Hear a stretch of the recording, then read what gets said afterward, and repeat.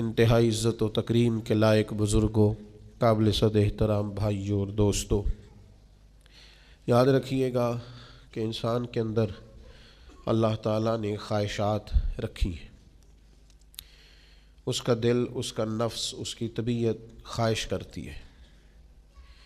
بھوک کی خواہش، کھانے کی خواہش، پینے کی خواہش، اچھے لباس کی، اچھی خوراک کی، پھر اس کے بعد وسیع گھر کی خواہش، گاڑیوں کا شوق، نسل نو کے اندر موبائل اچھا رکھنے کا خیال، یہ خواہشات انسان کی طبیعت میں پیدا ہوتی ہیں۔ لیکن کوئی بھی چیز ایسی جس کی انسان طلب ذرا زیادہ پیدا کر لے، وہ بعض اوقات انسان کے لیے نقصان کا باعث ہو جاتی ہے۔ خواہشات نفس ثانیہ جائز حد تک ہوں تو ان کو پورا کرنے میں حرج نہیں ہے، لیکن بعض اوقات رزق حلال بھی ہو، آپ کا اپنا بھی ہو، محنت کا کمایا ہوا ہو، تو پھر بھی اسے معتدل ہی کھانا چاہیے۔ بہت زیادہ کھا لینے سے انسان کی طبیعت خراب ہو جاتی ہے، اس میں بگاڑ پیدا ہوتا ہے۔ اب کوئی شخص کہے کہ میرا اپنا پیسہ ہے اور میری خواہش ہے کہ میں اچھا کھانا چاہتا ہوں، تو کھائے، لیکن ڈاکٹر کہتے ہیں حکمت کا تقاضا ہے اور سنت اور شریعت کا سبق بھی یہ ہے کہ اگر بھوک رکھ کے کھائے گا تو طبیعت ٹھیک رہے گی، ورنہ بیمار ہو جائے گا۔ تو آپ کی کوئی خواہش اگر جائز بھی ہے تو آپ کو منع نہیں کیا جا رہا، آپ اپنی خواہش کو پورا کریں، لیکن جائز خواہشات بھی اگر ایک حد تک ہوں تو اچھی رہتی ہیں۔ اگر وہ حدود سے تجاوز کرنے لگتی ہیں تو وہ تکلیف کا باعث بننے لگ جاتی ہیں، بندے کو پریشان کرتی ہیں، اور پھر آہستہ آہستہ لوگ خواہش کے نام پر حریص ہونے لگتے، لالچی ہونے۔ مثلاً ایک بات ہے، آپ اس کو سمجھیے گا، کسی شخص کا اچھا کھانا کھانے کی خواہش، روز ایک نیا ہوٹل تلاش کرے گا، وہ اس کے منہ کو ذائقہ لگ گیا ہے، آپ دیکھ لیجئے گا، نئے سے نئے کھانے، نئے سے نئے پروگرام، نئی سے نئی جگہوں پہ جانا، دوستوں سے مشاورت کرنا، پیسے ڈال کے کھانے کھاتے ہیں، پھر نکلتے ہیں، پھر دور دراز کے سفر، ختم نہیں ہوگی بات، وقت بھی ضائع ہوگا۔ بہت زیادہ کھانے کھانے سے نفسانی خواہشات بھی بڑھ جاتی ہیں، بیمار ہونے لگتا ہے انسان۔ کسی شخص کو خواہش ہے اچھی گاڑی کی، تو گاڑیاں تو ہر روز نئی سے نئی ماڈل کی آتی رہتی ہیں، تو پھر کیا کرے گا؟ آخر کس حد تک وہ اس خواہش کی تکمیل کرے گا؟ یہاں تو روز ایک نئی گاڑی آ رہی، نتیجہ کیا ہے؟ اسی میں زندگی لگا دے گا۔ موبائل کا ماڈل ایک ختم ہوتا ہے اور ایک نیا نکل آتا ہے، آپ کس حد تک جائیں گے؟ آخر کیا کریں گے؟ کہیں تو کوئی نتیجہ ہونا چاہیے ان چیزوں کا۔ تو میرے بھائی، کہیں بریک لگانی ہے، کہیں رکنا ہے، کہیں آپ کو قناعت کرنی ہے، کہیں آپ کو ٹھہرنا ہے، اور پھر اس کے لیے لوگ کیا کرتے ہیں؟ لوگ سوال کرتے ہیں، لوگ ہاتھ پھیلاتے ہیں۔ بعض لوگ ایسے بھی ہم نے دیکھے ہیں جن کی طبیعت اس طرح کی ہو جاتی ہے کہ وہ کہیں بھی کچھ چیز دیکھ لیتے ہیں تو ہرس پیدا ہوتا ہے، لالچ پیدا ہوتی ہے۔ اس سے بچنا انسان کو روحانی طور پر مضبوط کرتا ہے۔ سیاستہ میں حدیث ہے، نبی اکرم صلی اللہ تعالی علیہ وسلم، نبی اکرم صلی اللہ تعالی علیہ وسلم ارشاد فرماتے ہیں کہ اللہ تعالیٰ نے جب جنت کو پیدا فرمایا تو حضرت جبریل امین علیہ السلام کو بھیجا کہ آپ جنت کو دیکھ کے آئیں۔ اب جنت کے انعامات، جنت کا فضل، جنت کا کمال، جنت کی نعمتیں، جنت کا حسن، یہ ساری چیزیں حضرت جبریل امین علیہ السلام نے جب دیکھیں تو عرض کی مالک، ہر شخص خواہش کرے گا جنت میں جانے کی۔ تو حضور علیہ السلام تو سلام فرماتے ہیں، اللہ کریم نے فرمایا ذرا وہ مشقتیں بھی دیکھ لو جو جھیل کے جنت میں جانا ہے۔ تو حضرت جبریل امین نے جب ان مشقتوں کو دیکھا تو کہا مالک مشکل ہی ہے، لوگ توجہ کریں تو ان مشقتوں کی، یعنی جنت میں جانے کا شوق تو ہے، لیکن وہ مشقتیں جن کو عبور کر کے جنت میں جانا ہے، ان مشقتوں کی طرف لوگوں کا راغب ہونا یہ آسان نہیں ہے۔ تو پھر اللہ تعالیٰ نے جہنم کو پیدا کیا تو جناب جبریل امین علیہ السلام سے فرمایا کہ ذرا دیکھ کے آؤ جہنم کا ہولناک منظر، بھیانک صورتحال۔ حضرت جبریل امین علیہ السلام نے دیکھی تو آ کے اس کی مالک کوئی بھی نہیں جانا چاہے گا، کبھی کوئی پسند نہیں کرے گا دوزخ کی طرف جانا۔ تو فرمایا ذرا ان چیزوں کو بھی دیکھ لو جو جہنم میں لے جائیں گی۔ تو خواہشان نفسانیہ، وہ چیزیں جو دنیا میں بندے کو لذت دیتی ہیں، وہ ساری چیزیں حضرت جبریل امین علیہ السلام نے جب دیکھی، ان چیزوں پر نظر پڑی تو عرض کرنے لگے مالک یہ تو مشکل ہی ہے کوئی دوزخ سے بچ سکے، اس لیے کہ وہ جتنی نفسانی خواہشات ہیں. اچھا مزہ صرف روٹی کا ہی نہیں، لوگوں کو باتیں کرنے کا بھی مزہ ہے. بعض لوگ اس لذت کا بھی شکار ہیں بیچارے، وہ کسی کو موقع نہیں دیتے، ساری باتیں خود ہی کر جاتے ہیں. پروٹوکول کا بھی مزہ ہے، اور بھی کئی سے کئی بیماریاں ہیں. حضرت حارث محاسبی رحمۃ اللہ علیہ فرمایا کرتے تھے دیندار کہلانے والے لوگ نفس کی باریک چالوں کا شکار ہوتے ہیں. نیکی، تقوی اور پرہیزگاری کے نام پر دینی تعارف رکھنے کے باوجود تو بھائیوں ہر خواہش پوری نہیں کی جاتی. نفس بچے کی طرح ہوتا ہے، آپ ایک بات مانیں گے وہ ایک اور آپ کے سامنے رکھ دے گا. کہیں قناعت کرنا ہے. اللہ تعالیٰ نے قرآن مجید میں سورۃ البقرہ کے اندر اصحاب صفا کی شان بیان کی، کہا کہ ان لوگوں کا حق ہے کہ تم ان پر خرچ کرو جو اللہ کی راہ میں روک دیے گئے ہیں. وہ محنت نہیں کر سکتے، باہر نہیں نکل سکتے، چل پھر نہیں سکتے. فرمایا تم انہیں ان کی صورتوں سے پہچان لو گے، لیکن ان کی شان پتہ کیا ہے؟ لا یسألون الناس الحافا. ضرورت مند ہے وہ، اللہ کا قرآن کہتا ہے، لیکن لا یسألون الناس الحافا، وہ کسی سے لپٹ لپٹ کر سوال نہیں کرتے. وہ سوال نہیں کرتے کسی کے سامنے کہ کہیں گڑ گڑانا نہ پڑے. آج کتنا لالچ ہے لوگوں کے دلوں میں. آپ یقین کریں میں نے بڑے اس طرح کے غریب دیکھے ہیں کہ ان کے پاس کروڑوں روپیہ ہے لیکن بندے غریب ہیں، لاکھوں پڑے ہیں پر غریب ہیں. کیوں؟ کہ نفس کی دوڑ ختم نہیں ہو رہی. انہیں ایک اور ارب پتی آدمی ہے وہ سونے نہیں دیتا، اس کی پجارو، اس کی گاڑی، اس کے بنگلے، وہ نیند ہی نہیں آتی. اتنے غریب ہیں، مالدار ہونے کے باوجود ان کی غریبی پر ترس آتا ہے کہ یار تم بس کر دو، اب اس لالچ سے، اس حرص سے، اس ہوس سے باہر نکلو. مسند امام احمد بن حنبل کے 2 جملے نبی پاک کی حدیث کے، قربان جاؤں کیا انداز تکلم ہے. یا رسول اللہ عزت کیا ہے؟ تو حضور فرمانے لگے جو رب نے تجھے دیا اس پہ راضی ہو جا تو عزت والا ہو جائے گا. حضور ذلت کیا ہے؟ فرمایا لالچ نہ کرنا، کبھی بھی ذلیل ہو جائے گا. حرص میں، ہوس میں، لالچ میں ذلت ہے، اور رب جو دے دے اس پہ راضی ہونے میں عزت ہے. باعزت وہ آدمی ہے جو قناعت پسند ہے، جو اللہ کی عطا پر راضی ہے. بھائیو حرص نہیں، دوسروں کی چیزیں دیکھ کر کبھی رال نہیں ٹپکنی چاہیے کہ جو مال جس کا ہے اللہ نے اسے دیا ہے، میرے لیے وہ بہتر ہے جو رب نے مجھے دیا ہے. جو رب نے اس کے لیے پسند کیا ہے وہ میرا تھوڑی ہے، میرا تو وہ ہے جو مالک نے میرے لیے پسند کیا ہے.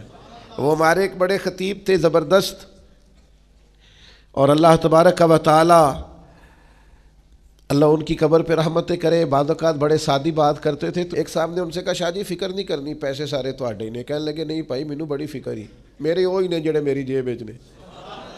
میں ایسے ہی بے فکر نہیں ہوتا جڑے تیرے نے ہو، تیرے نے. میں تیرے پیسے تے بے فکر کیوں ہوا؟ جڑے تیرے نے ہو تیرے نے، جڑے میرے نے ہو میرے نے. میں بلا وجہ تیری اس بات پہ بھروسہ فکر نہیں کرنی، پیسے بڑے نے تیرے کول بڑے نے نہ پائی، مینوں جڑی ضرورت ہے میں دی فکر ہے. اس کو سمجھیں آپ اس چیز کو، یہ استغنا ہے.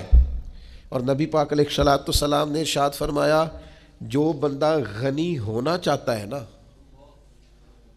جو لوگوں سے بے نیاز ہونا چاہتا ہے، اللہ اسے بے نیاز کر دیتا ہے. جو چاہتا ہے نا میں بچ جاؤں لوگوں سے، بس مجھے اللہ ہی عطا کرے، تو حضور فرماتے ہیں اللہ بھی اسے غنی کر دیتا ہے. اور ایک حدیث میں حضور علیہ السلام نے فرمایا اگر کبھی مفلسی آ جائے تو مفلسی رب سے بیان کرنا، لوگوں سے نہ بیان کرنا.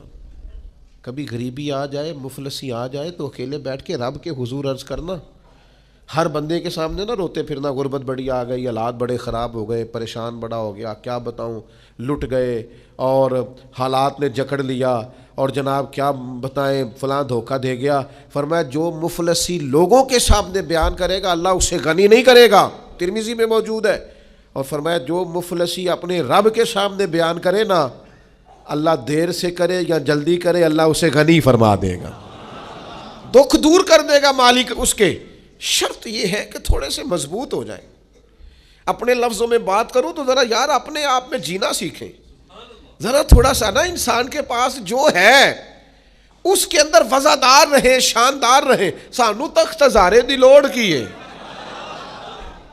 تے نالے کی لگے شہر ببول دے نال. ਅਸੀਂ ਤੇ ਆਪਣੀ ਬਾਲ ਕੇ ਸੇਕਨੇ ਆ,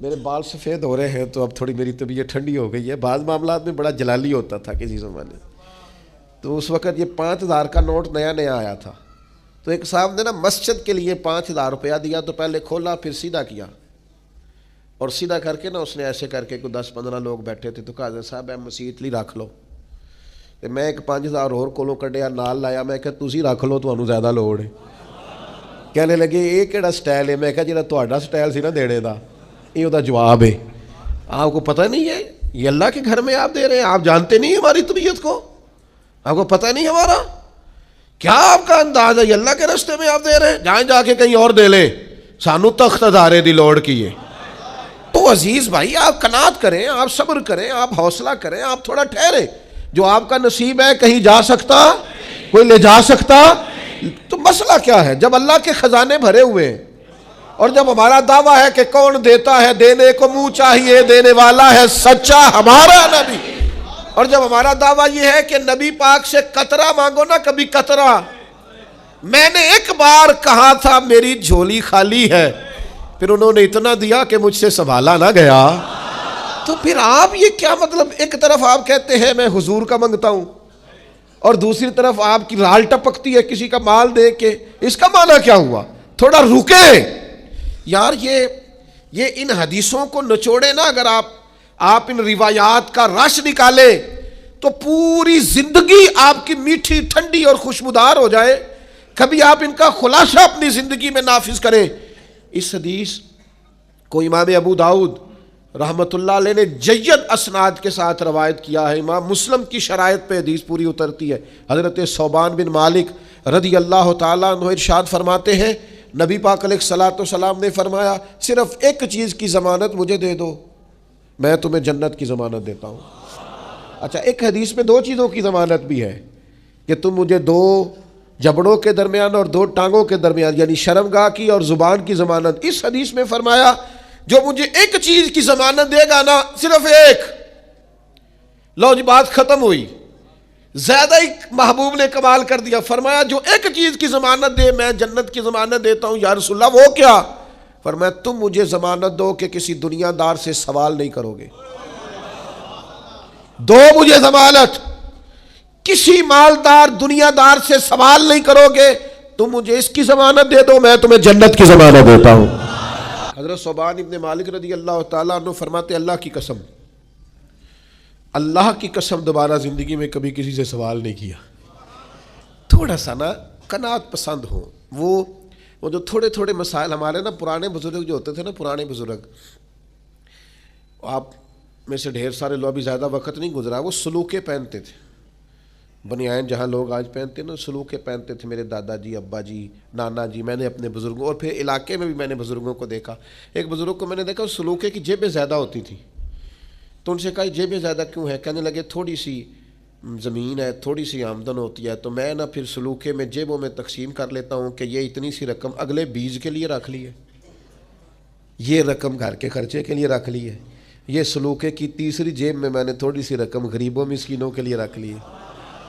ایک ہور بڑا میٹھا جا کام کہنے لگے چوتھی رکھیے کدے لئی؟ تیاں تیانیاں لئی. ہوئے ہوئے اس سادگی پہ کوئی مر ہی جائے کیوں نہ. اینا تھی بیٹیوں نے آنا ہے, بہنوں نے آنا ہے. اور وہ لوگ جب پیسے نکالتے تھے تھوڑے تھوڑے تو بادشاہ نظر آتے تھے.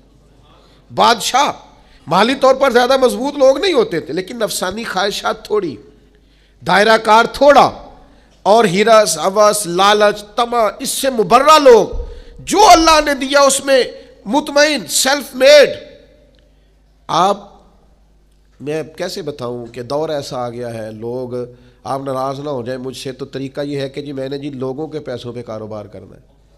یہ باقاعدہ ٹرینڈ چلتا ہے.